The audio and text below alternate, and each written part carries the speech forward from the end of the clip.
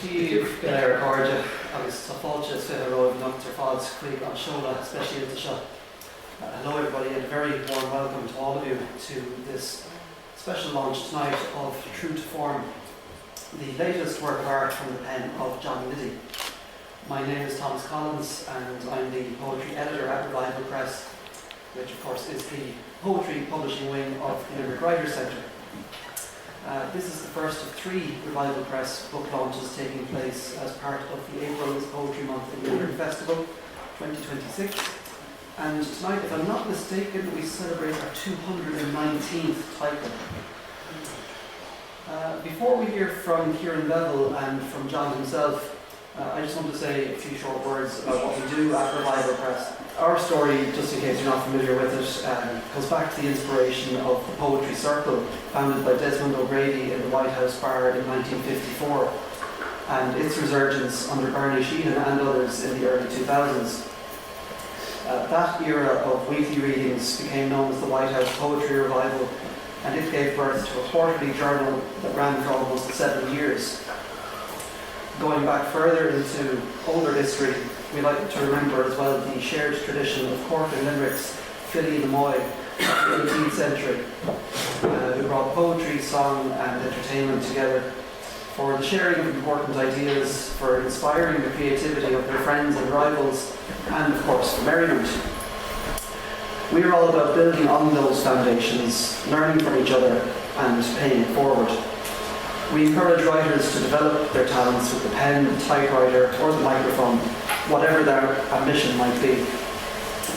Poetry, novels, memoirs, short stories and songs can bring us moments of beauty, celebration or consolation, but they can also take us out of our comfort zones and make us see the world in new ways. We believe literature should exist to enrich readers' lives, to promote deeper understanding and to foster connections throughout our communities. Indeed, our motto here on the banner is based on the words of John Liddy, who once wrote that poetry must have its roots in the clay and the soil of our communities. Our goal is to make exciting ideas more accessible, to celebrate the wisdom drawn from the lived experiences of real people in their own words, and to share them, whether that's through publication or performance. Our publishing philosophy centres on service rather than any form of self-promotion.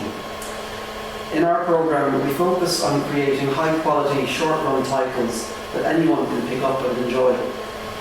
This service-oriented approach guides all of our decisions, from manuscript selection to design choices to community engagement.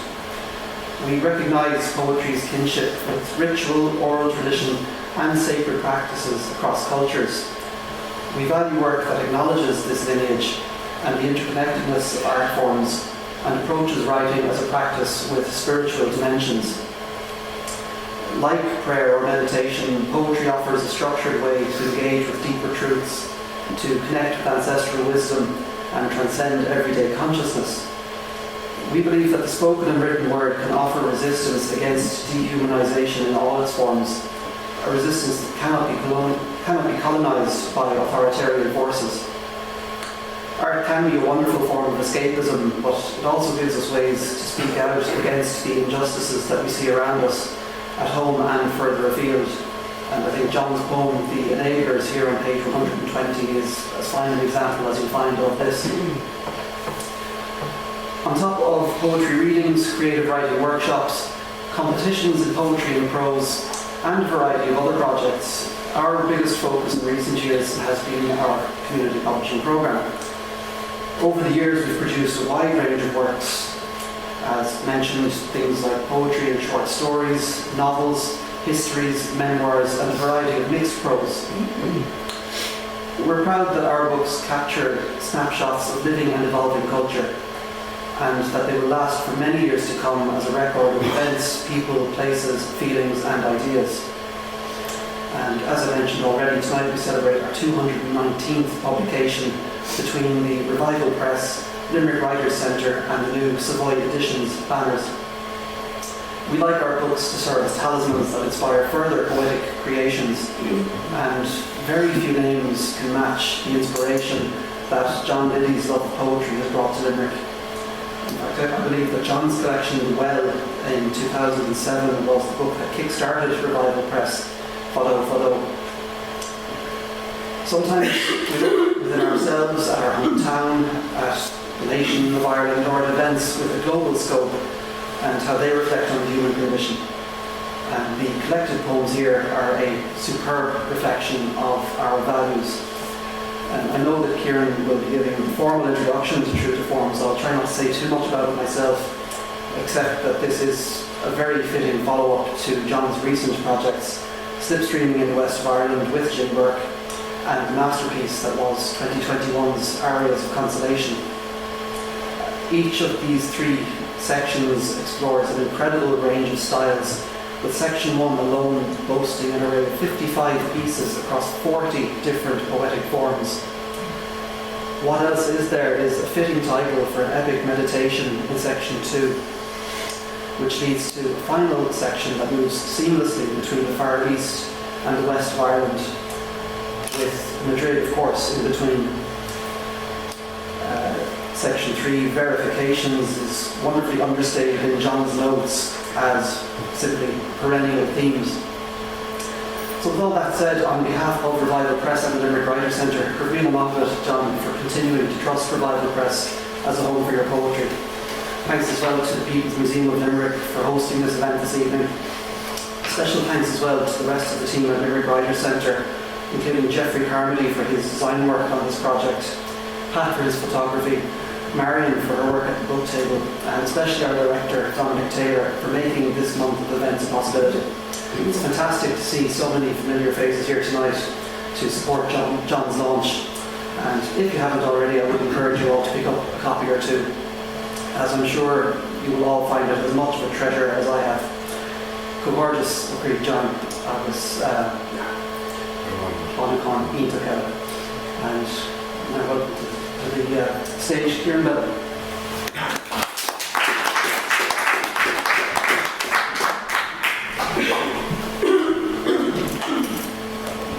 Hello everybody, and thank you all for being here this evening.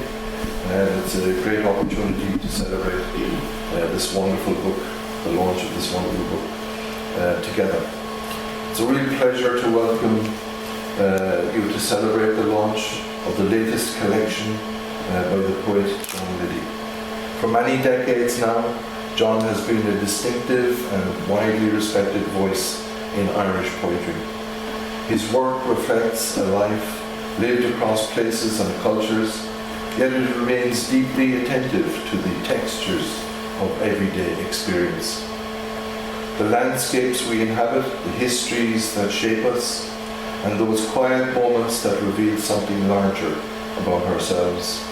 Born in Cork and raised in Limerick, he has been long associated with literary life, both here and abroad. John has built a body of work that is thoughtful, humane, and rich in observation. Like many Irish writers of his generation, he carries with him a strong sense of place, but also a curiosity about the wider world. His poems move easily between the personal and the historical, often finding meaning in ordinary scenes. A craftsman at work, a remembered place, a fleeting encounter. One of the things that readers quickly notice in John's poetry is his attentiveness. He notices details others might overlook. The small gesture, the passing image, the fragment of history embedded in the landscape. And from these details he builds poems that connect the present moment with the deeper currents of memory and time. In doing so, he reminds us how closely the present is bound to the past, and how attentive looking can transform the familiar into something luminous. One of the most striking aspects of this new collection is the way it explores poetic form. The opening section, titled Formations, is almost like a guided tour through the architecture of poetry itself. Here we encounter a remarkable range of forms, from haiku and gazelle to villanelle, sestina, pantun and sonnet. Each poem becomes not only an expression of thought or feeling, but also an exploration of how form shapes meaning. There is a long tradition in poetry of poets testing themselves against form, discovering that constraint can actually sharpen creativity. Form provides a structure within which imagination can move freely. In this collection, John seems to delight in that challenge. Each form offers a slightly different way of seeing, a different rhythm of thought, a different shape through which language can express experience. The result is a collection that quietly celebrates the craft of poetry, reminding us that poetry, like any craft, is both inspiration and skilled making. A wonderful example of this attention to craft appears in the poem Wood Turning for Paddy O'Connor. At first glance, it's a simple description of a man turning wood in his shed. But as the poem unfolds, the act of wood turning becomes a powerful metaphor. The craftsman is shaping an ancient piece of wood, and the poet tells us that he is, in a sense, renovating the past. The grain of the wood carries its history, years, perhaps centuries, of life embedded within it. As the shavings fall away, something new begins to emerge. The finished piece becomes what the poet calls a reflected vision of the soul. And in that phrase we sense that the poem is not only about wood turning, it is also about poetry itself. Just as the craftsman reveals the form hidden within the wood, the poet reveals meaning hidden within language. The poem also reminds us that imperfection is often the starting point for creativity. The knots in the wood do not ruin the work.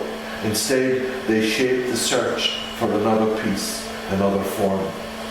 What might once have been a gallows tree is transformed into something that bears a blooming rose. It's a powerful image of renewal, of shaping beauty from the raw materials of history. As the collection moves into the sections, contemplations and verifications, the poems begin to widen their scope. They move outward into reflection and experience, into travel, culture, art, and the encounters that shape our understanding of the world. One poem that captures this beautifully is Trying to Explain the Stations of the Cross. In the poem, the speaker finds himself inside a church in Tianjin, in China, with two young guides who have never been inside a church before. In the poem, the speaker finds himself, for the poet, the images of the Stations of the Cross are deeply familiar. But for the two young women, they are completely new. As he tries to explain the story of the crucifixion, they begin to ask questions. Simple, direct, logical questions. For what? They ask when he describes the condemnation of Jesus. Sins? They ask when he speaks about redemption. They react with shock to the cruelty of the scenes they see, and suddenly the poet finds himself in the position of trying to explain something that within his own tradition might normally be taken for granted. The moment becomes both humorous and profound. The poet calls it a missioner's dilemma, the tension between faith and explanation, between belief and reason.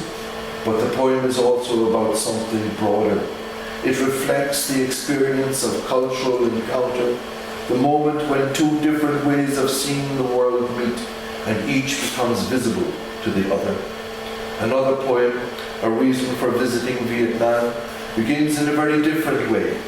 At first it reads like a travel poem, filled with vivid impressions of a journey. We see the beauty of Halong Bay, the bustle of marketplaces, the relics of war displayed in museums, the rhythms and details of everyday life. The poem is rich with observation, the kind of attentive noticing that characterizes so much of John's work. But gradually we begin to realize that the landscapes and the monuments are not the real subject of the poem. The repeated phrase, "I was not," begins to guide us toward the deeper reason for the journey. The true reason for the visit is the person the poet has come to see. And suddenly the poem shifts. That turn is important in poetry. The poem shifts from travel writing to something more intimate, a reflection on reunion, kindness, family, and the passing of time. The landscapes remain vivid, but they recede into the background as the emotional heart of the poem comes into focus. What matters most is the human connection that gives the journey its meaning. In this way, the poem reminds us of something simple but profound, that travel is not only about places, but about people. Across this collection, we encounter a poet who remains deeply curious about language, about culture, about belief, and about the stories that shape human lives. John Liddy's poems are thoughtful, observant, and quietly resonant. They invite us to slow down and notice, to see the grain of history in the piece of wood, the story within the landscape, or the echo of memory in the everyday. And perhaps this is one of the enduring gifts of poetry. In a world that often moves too quickly, poetry asks us to pause. It asks us to listen more carefully, to look more closely, and to rediscover meaning in the ordinary moments of our lives. John Liddy's work has been doing exactly that for many years, enriching Irish poetry with its insight, its humanity, and its generosity of spirit. So it is a great pleasure and a privilege to introduce this new collection tonight, True to Form, and to celebrate the continuing work of a poet whose writing continues to travel widely while remaining deeply rooted in human experience. So please join me in welcoming John Liddy.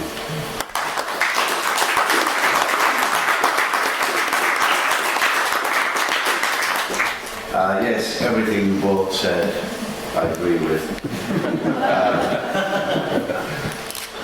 I'll only add that I've dedicated this book to Dominic for a reason. And it's all to do with what Tomas mentioned, Kieran mentioned, the link, the identity with Limerick and the Limerick writers.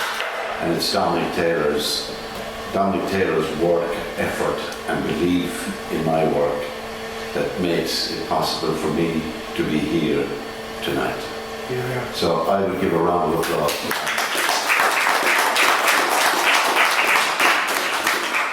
I won't go into it.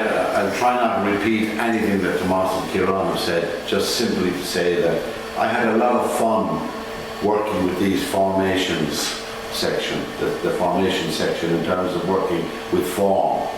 I would recommend it to any writer, poet, to look at the forms around the world, in the world languages, and go into them and take them and study them a bit and try and repeat their rules or obey their rules, but break their rules also. And I've done that in formations.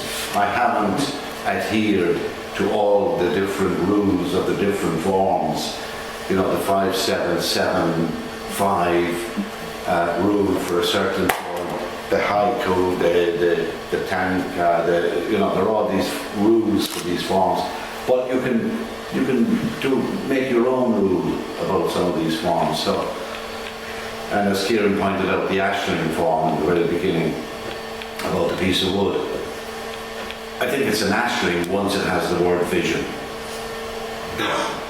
So the poem can be approached from a vision of a piece of wood, a tree that becomes a vase. So it's a vision, and therefore that's our Irish ashling.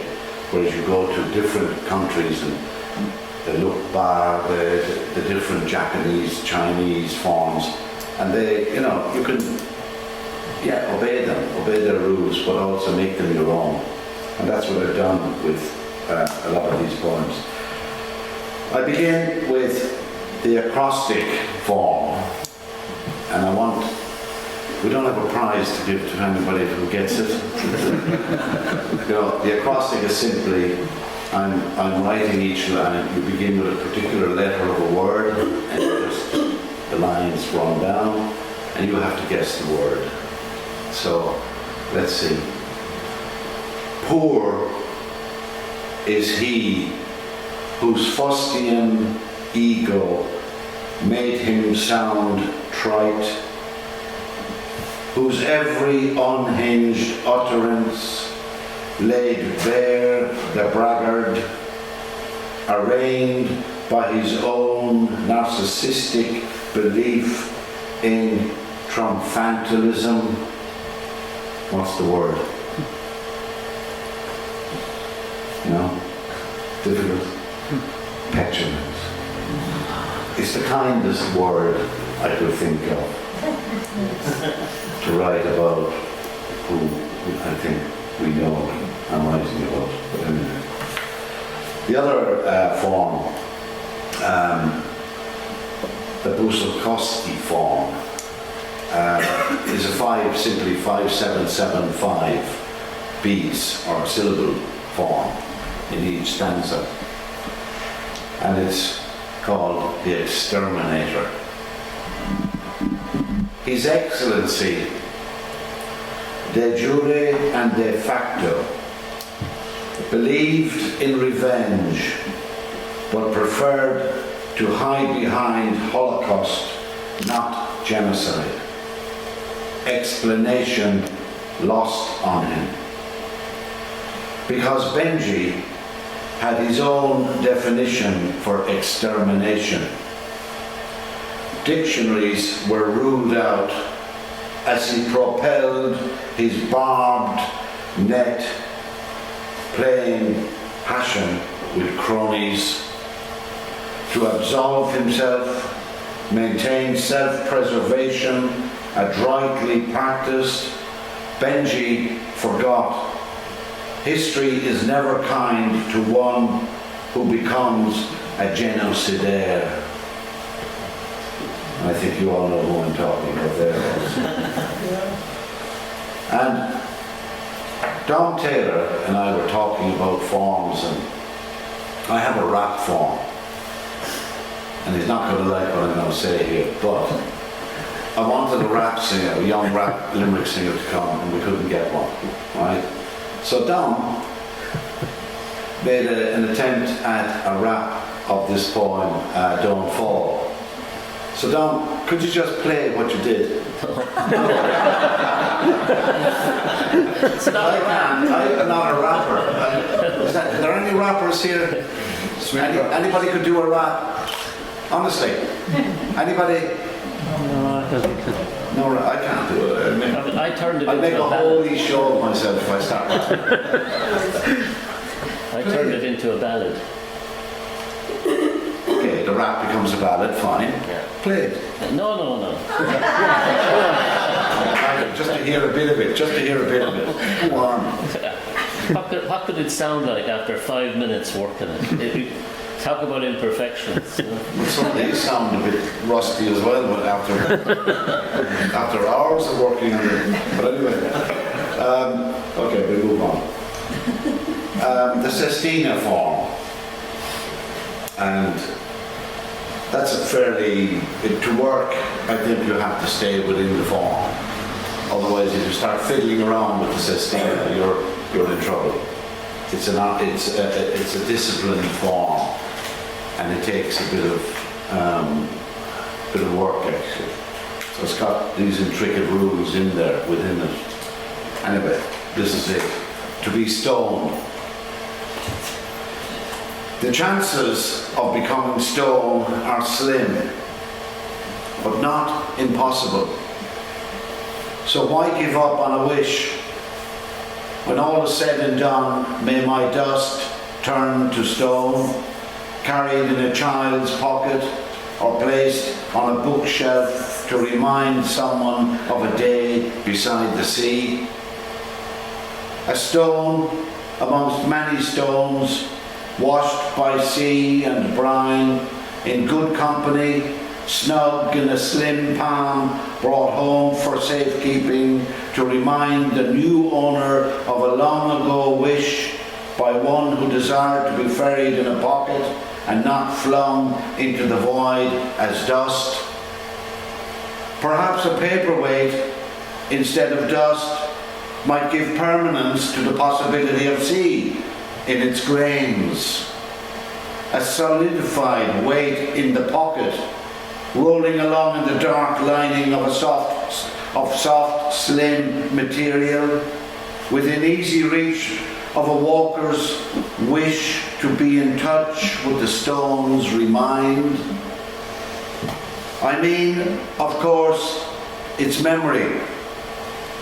To remind the stroller that although we are the dust of stars, one should respect a last wish if one believes we come from the sea and the chances of returning are slim, if not brought there in urn or pocket.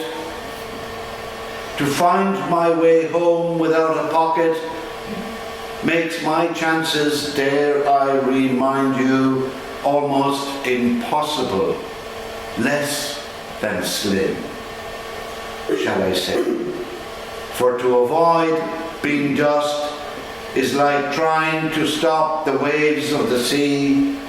So there you have my fervent wish, one I wholeheartedly crave, and wish you to understand that your pocket means more than the fish in the sea, more than the stars that remind me of why I do not want to be dust, given the opportunity, however slim.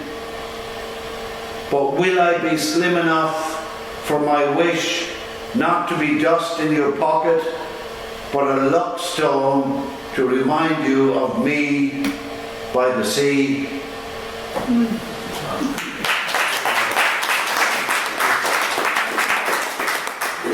It's a tough one to maintain that. I know people here have done them, have written them successfully, probably more so than this one, but I was happy enough with that one. Remarkable Tomas led a cower. It's from Don Shin. Engravings for 3 small stones. When pipe has played its fill, ballad, poem and song sung, will you read me still, although I'm gone?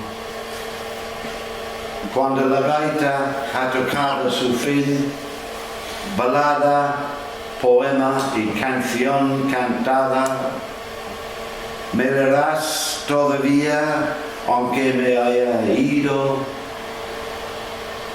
Nor a héann an fia ballona, bolléad dawn agus órán canta, an léifig tú fós mé cé go bhfuilim imethe. It's a bit more moving into the contemplations, which deals with my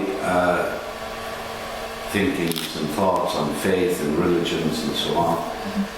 And we from Limerick all know about this a lot. We know about this, it's in our bones and so on. And those from other parts as well. As human beings, we have all dealt with these issues. And I've tried to work out my stand on this long, long poem, our contemplations. So I'll only read a little section that kind of I thought might sum up a little bit of how I feel about it.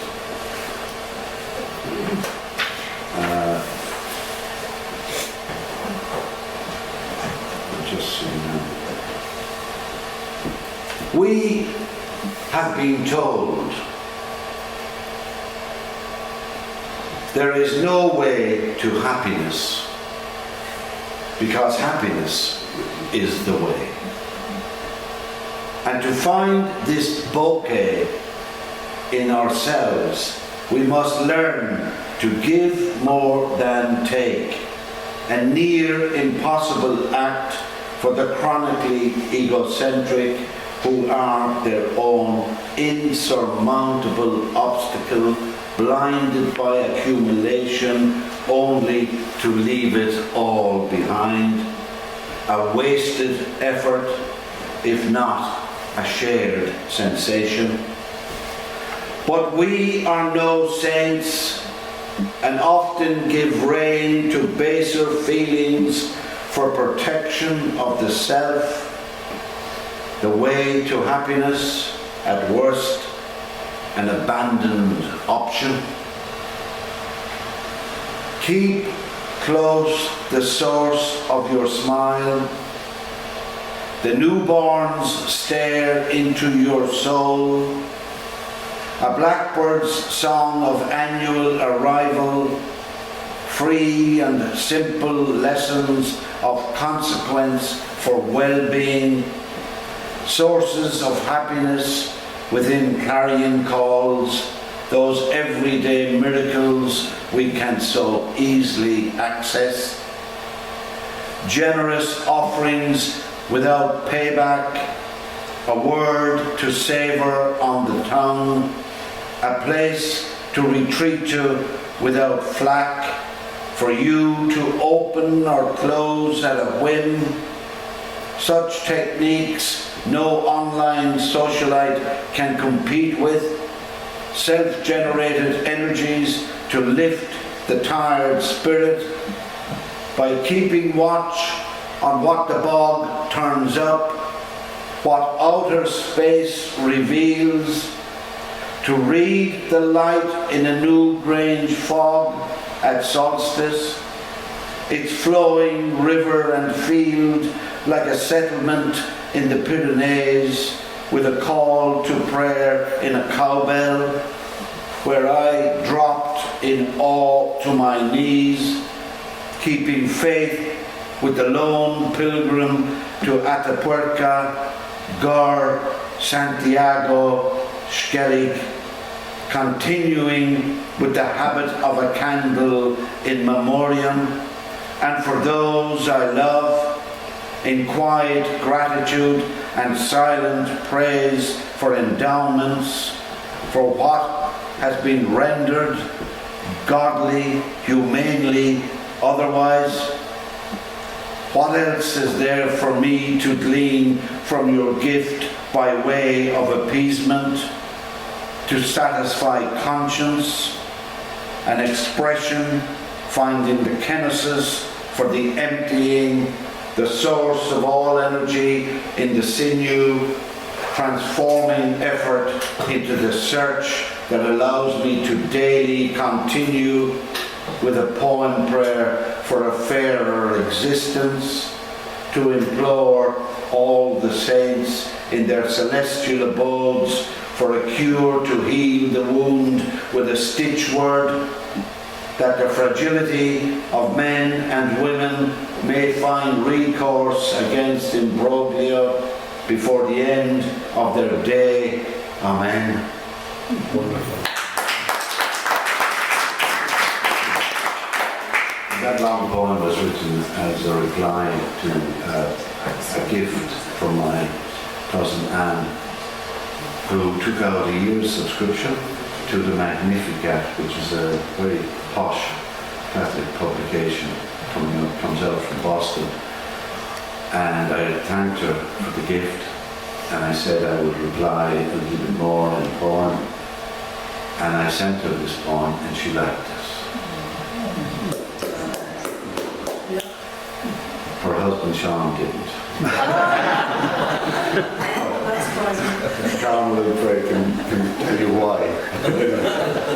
Anyway, just moving on a bit, and how time-wise. Yeah, grand. Yeah, okay. We all ask that. There's a woman down there called Marion, and she's often anonymous, tucked away into the corner there selling the books. But I decided I'd write a poem for Marion. Since I was dedicating the book to Dom, I said I better include Marion as well, otherwise she'll get annoyed. So, wasn't for that reason, Marion. And the poem was it Open Wounds? Yes. Open Wounds. And she's the backbone of the Revival Press and does a tremendous job, and I'd like a round of applause for Marion for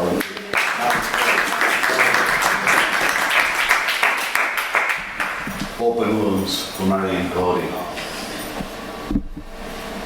We have always been slow to make the leap between the links, to abandon the cave teachings, to embrace what doesn't enslave, shake off the smell of the putrid scrap heap, to wake ourselves free from primitive sleep and live to outgrow the open casket by a mother who defied the silent threat to show us the hate that runs skin deep. Is change possible within a lifespan? Each of us doing our part to reject corrosive influence with its sly plan to cause devastating after effect? To earn the right to self-respect is to recognize in others what we ourselves have come to accept. It's really nice. And I think one or two and then finish. Another poem on the brink. Do you ever find that when you're writing or working on Brian and his paintings, you must think, this is the last one. Is this the last one? Well, poems are like that. Are you writing the last poem, or is this just another poem about this subject, and should I really write it? But I've called it Another Poem on the Brink. Not for the first time, we find ourselves in a suffocating embrace of self-destruction. For this is the age of death at our disposal, age of living within a breath of an annihilation, in spite of poets' alarms, their words praised by academia or by readers who saw in Lorca's Grito Athia Roma, in Yeats's The Second Coming, or in Alden's September 1st, 1939, warning signs once again weaponed. In blood spilling diluted with holy water, mayhem with a spin, incessant land grabbing for a homeland with expansionist policies, other homelands lost in propaganda bragging about humanitarian law, bequeathed legacies for ghosts to walk bomb sites with revenge, rivers of ichor on both sides flowing, rationality lost in the chaos of outrage. As in Lorca's imploration that Earth's will be done, that its fruits be given to everyone, in Yeats's foretelling, mere anarchy is loosed upon the world, and Auden's monition, those to whom evil is done, do evil in return. His plea, we must love one another or die, now dehumanized beyond comprehension, wavering on the brink while many petrify. And the last poem, Inside the Word, the last collection, is my going back continually to the Word. And it's the Word, I think I'll end up with writing about the Word, actually. I think is what I'll do next. Just simply write about words. Why not? Inside the Word. These words stem from near and far, aeons ago, passed on to make with them what they bestow, proclamations of hope or peace with an ironic one, or nudged off course by a Norwegian sailor home from a whaling trip, eye to eye with Moby in a glass of vodka, fear harpooning the loneliness. Words are like that, unpredictable, taking you this way or the other, malleable, musical, whimsical, in disarray, coming and going, often pleading for a fairer world beyond human acridity, devastation and hurt rendered to reader and writer, to those who may have nothing but words to console the self, black widows stalking a page, grim reapers of habitations, too much to bear, nature's revolt and revenge, precursors of despair. Examples of how words behave, like peas in a pod, one after the other, an assembly of plod and thud in the pot, severed from their roots, an aftertaste on the tongue of a dead language, all that waste and loss of words, like melting poles and desert encroachment, the semweke of a dying heart, all that imperative effort, trying to right a wrong, defending truth against lie, doing their two-bit song to plug the leak, a sapling watered in the depths of souls, not enough to pass on, give hope to those yet to come, inheritors of a sorry mess, without air to breathe or water to drink, victims of laissez-faire and a modus operandi for the survival of the race. While good words cower amidst dystopian disgrace, hostages to bombastic tirades and stupidities, mala leche compounded by slavish conspiracies, words distorted, bandied about without care, their altered meanings meant to snare. Perhaps the word has been idle with lip service for too long, and we need to address its purpose again, explore its nyartistig as in one who loves you in return with the simplicity of Picasso's doves, the frailties of both ingrained since sapiens coupled with Neanderthals and thought found befuddled expression in the slow development of scripture, not by a knee on a neck or the spread of confusion devoid of biological certainty, but in what we feel for each other, how together we mill the wheel of words, a wholesomeness born out of silence, wherein we find the sword of love as guidance.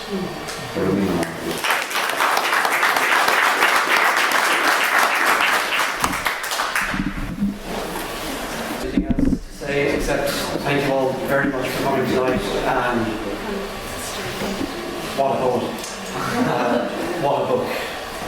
Thanks again to the People's Museum for letting us be here for what was a wonderful night. And do buy a book or two.